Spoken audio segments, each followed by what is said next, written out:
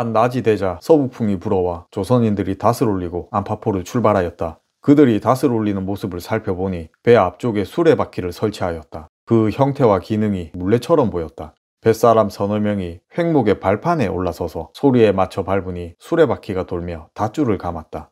수레바퀴가 쉼없이 돌아 마침내 다시 올라오면 선수에 걸어 보관하였다. 조선의 닷은 모두 나무로 만들어졌는데 배를 세울 때 오직 이 닷줄 하나에 의지하였다. 조선배의 돛은 두 개였는데 뱃머리 쪽의 돛대는 똑바로 세워져 있고 뒤쪽의 돛대는 기울어져 있다. 기울어진 돛대의 끝은 붕정 위에 있게 되는데 뒷돛대의 길이가 배보다 길었고 앞돛대는 그보다 더 길었다. 돛은 돛자리로 만들었는데 9폭으로 이루어져 있고 대나무 장대가 횡으로 가로지르게 만들어져 그 모습이 마치 궤효와 같았다. 평소에는 이를 겹쳐서 접어두었다. 밧줄을 당겨 돛을 올릴 때는 두세 사람이 함께 돛줄에 매달려 배의 난간에 줄을 걸어 고정시켰다. 돛을 다루는 기술이 보기에도 놀랍고 그 소리는 대단히 시끄럽다. 서천만호는 작은 배에 따로 탔는데 항로가 비인 땅을 따라가는 것이었다. 육지를 바라보며 항해했기에 해수는 매우 얕았다. 조선배의 항해를 지켜보던 마츠모토가 말하길 조선인의 배는 바람을 타고 오가는 것을 마음대로 합니다. 그의 말을 참고하여 배를 살펴보니 확실히 바람을 거슬러 운행하는 듯 보였다.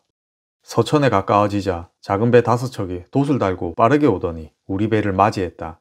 해가 질 때쯤 포구에 도착하였는데 만호가 먼저 포구에 도착해 있었다. 우리들이 탄 배가 닷을 내리니 만호가 주악을 올리며 우리를 맞기에 내가 물었다. 지금 이곳에 닷을 내린 것은 어떤 까닭입니까? 그리고 이곳은 어느 포구입니까? 자세히 알려주십시오. 이곳에 정박한 것은 적재한 귀하의 물건을 차례대로 옮겨 싣고자 합니다. 여기는 서천 땅의 가야소도라고 합니다. 전라도 서천의 땅입니까? 이곳에서 물건을 옮겨 실으면 다시 어디로 가는 것입니까? 이곳은 공청도의 서천 땅입니다. 전라도 경계가 멀지 않았습니다. 다음 목적지는 고군산입니다. 조선배의 선체가 작아 배 두 척에 물품을 균등하게 나누어 다시 실었다. 마침 우리가 타고 온 배는 풍파에 시달려 손상이 조금 있었던 터라 만호는 이곳에서 다른 배를 골라 침소를 만들고 배를 옮겨 타길 권해 그렇게 하였다. 우리는 서천의 작은 배 두 척에 나누어 옮겨 탔는데 한 척은 우리와 신종들이 타고 다른 한 척은 뱃사람들이 타기로 하였다. 나는 만호에게 어디까지 함께 같이 가냐 물으니 만호가 답하길 호송차 전라도 만경까지 가라는 명을 받았습니다 라고 하였다. 나는 짐을 모두 옮긴 뒤 바로 출발하길 원하였으나 만호는 날이 어두워져 내일 새벽에 갈 수 있다 하였다. 나는 마츠모토를 불러 물어보니 그 또한 지금 출발은 어렵다 하여 이내 만호의 말을 수긍하였다. 만호는 이날 육지에 내려가 밤을 보내고 우리는 배 위에서 잠자리를 마련하였다. 새벽에 비가 내릴 기미가 보여 우리의 침소와 물품들이 젖을 뻔하였으나 조선인들이 이를 살펴봐 주어 새벽 일찍이 비를 막을 돛자리와 파도가 적게 이는 강가 쪽 포구를 알려준 덕에 피해를 막을 수 있었다. 아침이 되자 서천 만호가 속간을 데리고 음식과 쌀 가마니를 싣고 왔다. 만호는 출발하기 전 주안상을 차려왔는데 돼지고기를 포함한 5가지 찬이었다. 우리는 식사를 마치고 출발하였다. 만호와 그의 속간들은 따로 배를 탔기에 세 척의 배가 포구에서 출발하여 고군산으로 향했다. 배는 남쪽으로 향하여 갔는데 서쪽은 서천군이고 동쪽은 군산이었다. 세 척의 배는 미시가 되어 고군산에 닷을 내렸다. 만호가 말하길 여기는 만경 땅 고군산입니다. 포군의 작은 배들이 녹아 닿을 듯 많았고 구경꾼들 또한 많았다. 역시나 마량진 안파포에 표류했을 때처럼 배를 기어오르는 자들도 있었다. 나는 만호에게 이들을 금지시키길 청하였고 이윽고 만호가 이를 막았다. 포구에서 한 관인이 가마를 타고 나타났는데 푸른 일산을 펴고 깃발을 세운 뒤 대열을 갖추고 주악을 울렸다. 공작 꼬리 깃털을 세운 갓을 쓴 사람과 책짓과 몽둥이를 들고 있는 보졸들이 60명이나 되었다. 그 관인은 몇 사람을 거느리고 우리 배 위에 올랐다. 히다카와 카와카비는 여전히 병으로 누워 있었기에 나는 히다카의 말을 대신 글로 쓰며 응대하였다. 우리를 소개하는 글을 쓴 뒤 관직과 성명을 물었다. 저의 관직은 수군첨 절제사이고 성명은 조대영입니다. 이때 만호의 이름도 물으니 그가 말하길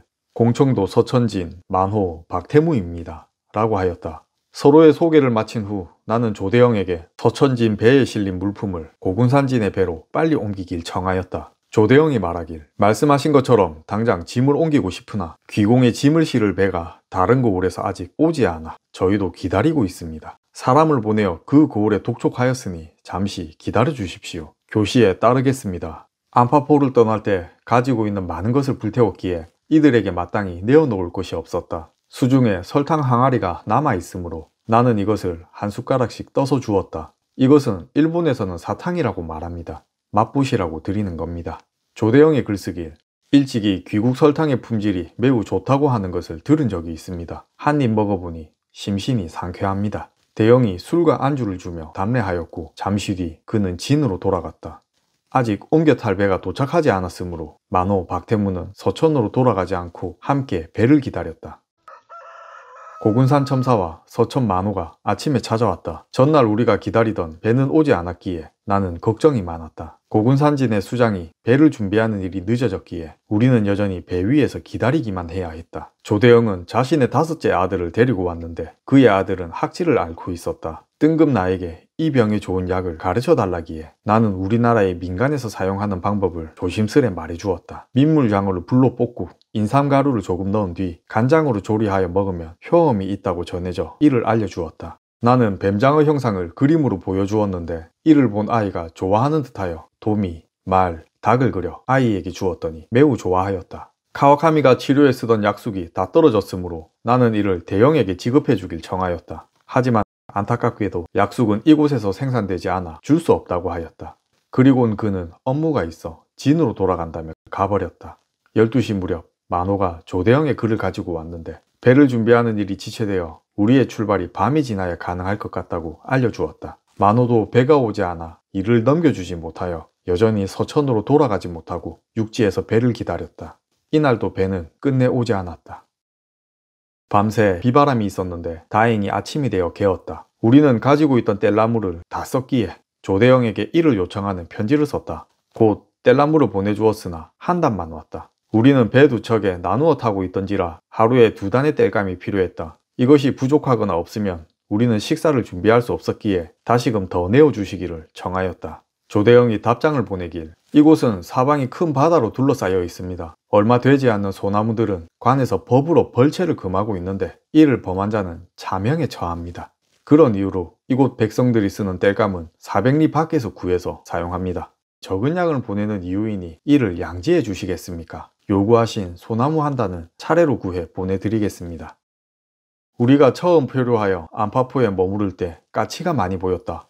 언덕과 뜰, 나무에도 서식하고 사람을 무서워하지 않았다. 가슴은 희고 목은 짧았는데 겨울날의 꾀꼬리와 같았다. 안파포를 벗어나자 나는 이 새를 볼 수 없었다. 서천을 지나 고군산까지 이르는 길 동안 까치는 보이지 않고 까마귀만 있어 아쉬웠다. 날이 벌써 한낮을 지나고 있는데 배는 여전히 오질 않았다. 배의 이동 상황은 알려주는 것이 없었고 밤중에 내린 폭우에도 안부 또한 묻지 않았다. 안파포와 서천의 상황과는 매우 달랐다. 뗄나무 역시 추가 지급되지 않아 나는 조대영의 마음씀이 소홀한 것에 아쉬움이 있었다. 조대영은 용목 꾸미기를 매우 좋아하였는데 배 안의 사람들이 그를 부녀관인이라고 불렀다. 그는 의장을 꾸미고 행렬을 아름답게 하는 것에 관심이 많았고 우리 배 위에서도 자주 품 안에 거울을 꺼내어 눈썹과 머리카락, 입술과 치아를 매만졌다. 나는 관인으로서 오직 용모만을 꾸미는 조대영이 미웠다. 일이 어떻게 되어가는 것인지 편지를 적어 조대영에게 보냈다. 잠시 뒤 조대영이 아닌 만호가 찾아왔다. 만호 박태무는 직접 붓으로 글을 쓰지 못하여 그의 속간이 글로 적어 나에게 보여주었다. 그의 용모는 너그러우면서 순박하였으나 우리 일에 대해서는 진심으로 다하는 사람이었기에 나는 감동하였다. 그런 그도 조대영으로부터 이송에 대한 연락을 받지 못하고 있으므로 우리와 같이 며칠째 기다리고 있었다. 그는 시간이 지체될수록 우리의 식량인 닭과 생선이 떨어질 것을 미리 걱정했는데 그것을 구해주지 못하는 상황을 미안해하였다. 고군산에서 지내며 사용할 물품들이 앞으로 올 배에 실어져 있는데 이 배가 아직도 무소식이니 그도 답답했을 것이다. 비인태수는 3일에 한 번씩 닭 3마리와 생선 3마리를 지급해 주었는데 이미 4일이나 지났으나 아무것도 지급받지 못하였다. 채소도 다 떨어지고 땔감도 지급받지 못하였으므로 나는 또 편지를 조대영에게 보냈다. 해가 지기 전 마침내 조대영이 찾아왔다. 그가 올 때면 늘 시종하는 자가 여럿 왔는데 그중 넓은 소매의 옷을 입고 관을 쓴 자가 배 뒤에 선창으로 올라가 나의 칼을 엿보았다.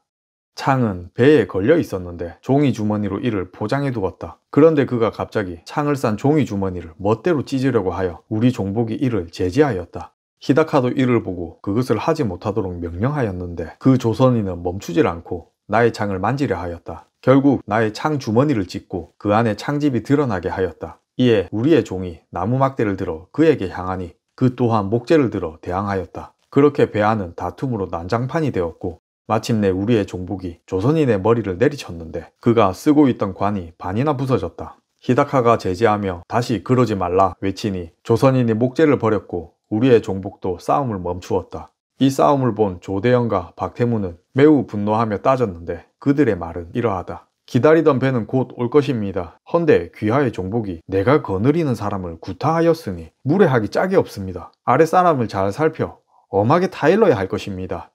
귀하의 하인은 어찌 그리 영악합니까? 강목으로 우리 하인을 때려 관을 부셔서 쓸 수 없게 만들다니 귀군은 하인을 다스려야 할 것입니다. 이내 내가 답하길 타고 갈 배가 곧 도착한다는 말씀을 하시니 행복합니다. 하지만 종복이 싸움을 했다고 저를 무례하다고 책망하는 것은 조금 잘못되었습니다. 귀하의 부하가 먼저 저의 창 주머니를 파손시켰습니다. 이를 우리 종복들이 제지했음에도 귀하의 종복이 이를 듣지 않았고 이에 목재를 들고 서로 싸움이 난 것입니다. 귀하의 부하가 예가 있다고 말할 수 없습니다. 우리들의 창이란 즉 우리를 나타내는 표상이어서 감히 가볍게 보고 업신여길 수 있는 것이 아닙니다. 이 일로 벌을 내려야 한다면 귀하의 부하를 먼저 다스려야 합니다. 그런 다음에 저의 종복에게 예가 있어야 함을 보여줌이 마땅합니다. 조대영이 답하였다. 말의 뜻은 알았으나 제 부하가 무례했다고 말하셔도 배에서 벌 주는 법이 없으니 진으로 돌아간 후 엄하게 다스리겠습니다. 그러나 그대의 종복에게 과오가 없다고 말하는 것은 오직 그대의 판단일 뿐입니다. 제가 종복에게 과오가 없다고 말하지 않았습니다. 귀하의 부하가 먼저 잘못했다는 것입니다. 귀공이 엄히 다스리신다면 저 역시 저의 종복을 훈계하겠습니다. 조대영은 이내 일이 있어 돌아간다고 말하고 배에서 내려갔다. 조대영이 서찰을 보내왔다. 그는 지금 병이 나서 고생 중이라 하였다. 이송할배가 마침 도착했는데 이날 비가 내렸으므로 우리의 물품들을 옮기는 것을 언제 할지 물어보았다. 나는 비가 그치면 바로 옮기고 싶다고 답해 주었다. 고군산 첨사 조대영은 연약하여 부녀와 같은 병통이 있었다. 그래서 일에는 과단성이 없었는데 서천의 사람들도 이를 답답하게 여겼다. 오후 2시경에 조대영의 속간들이 와서 우리의 물품들이 기록된 문서를 보여주며 틀린 것은 없는지 물어보았다. 확인을 마친 후 우리는 모든 물품을 옮겼다. 만호는 서천에서 고군산까지 사람과 물품을 이동했다는 확인장을 써달라고 하여 그렇게 하였다. 날씨가 청량하였다. 우리들은 어제 고군산의 배로 모두 옮겨 탔다. 진시가 되어 닷을 올리고 배를 띄웠다. 우리 뱃사람이 탄 배는 이미 출발하였고 뒤이어 첨사가 탄 배도 출발하였는데 폭우에 이르러 돛을 기울여 멈추었다. 우리들이 탄 배가 뒤에 출발해 첨사의 배와 거의 나란히 가게 되었다. 그러자 첨사는 갑자기 북을 치고 나팔을 불며 돛을 바르게 하여 포구에서 출발하였다. 우리 배는 좌측에 깃발을 세웠는데 그림은 청룡도를 든 관우가 말 위에 탄 형상이고 오른쪽에는 백기를 세웠다. 90리를 항해하여 오시에 한 섬에 만에 이르렀다. 이 섬은 위도라고 하였다. 서쪽에서 동쪽까지 높은 산이 이어져 있고 큰 바다는 남쪽으로 이어졌다. 작은 섬 주위에는 수목은 없었고 민가 역시 많지 않았다. 첨사가 먼저 돛을 내리자 뒤이어 두 척의 배도 멈추었다. 첨사 조대영은 이날 배를 처음 타는 것이어서 심하게 멀미를 하였는데 이 때문에 배를 오래 탈 수 없다고 그의 속간이 말해주었다. 즉 그의 멀미 때문에 배를 멈춘 것이다. 이를 말해주러 왔던 속간도 멀미를 심하게 하였는데 우리에게 위를 보호할 약을 달라고 하였다. 당연히 우리에게 약이 없으므로 나는 설탕을 맛보게 하고 위로해 주었다. 속간이 말하길 배 안에 양미와 장거리는 있습니까? 양미는 아주 많으나 청채와 생선, 닭은 못 받은 지 오래입니다. 지급해 주신다면 다행이겠습니다. 청채는 바다 위라 구하기 어렵고 닭과 생선 역시 그 뜻을 이루어 드릴 수 없어 민망합니다. 고군산에서 이미 지급해달라고 했으나 받지 못했습니다. 이곳에도 생선, 닭, 채소가 없는 것입니까? 나는 그저 웃었다. 그때 카와카미의 상태는 날로 심해졌다. 설사병이 표류 때부터 지금까지 계속되었으나 배 안에는 약도 다 떨어졌고 채소와 고기 또한 다 먹은 지 5일이 지났다. 나는 첨사에게 호소하며 글쓰길 채소나 고기를 기력 보충용으로 사용하여 카와카미의 병이 나을 수 있게 인편을 이용해서라도 싣고 와주기를 간청하였다. 내가 마늘, 부추, 청채와 닭과 생선 같은 것들이 모두 약이 된다고 글에 썼으므로 첨사는 이 중 마늘과 부추를 즉시 내게 보내며 어렵게 구한 것이라며 나머지는 보내주지 못해 미안하다 말하였다. 또한 그의 뱃멀미가 나아지지 않으므로 오늘은 이곳에서 머물고 내일 출발한다 하여 알겠다고 하였다. 잠시 후 다행히도 쌀과 생선, 야채를 싣고 우리 배에 전달해 주어 한시름 놓을 수 있었으나 카와카미의 병은 차도가 없으니 걱정이 되었다.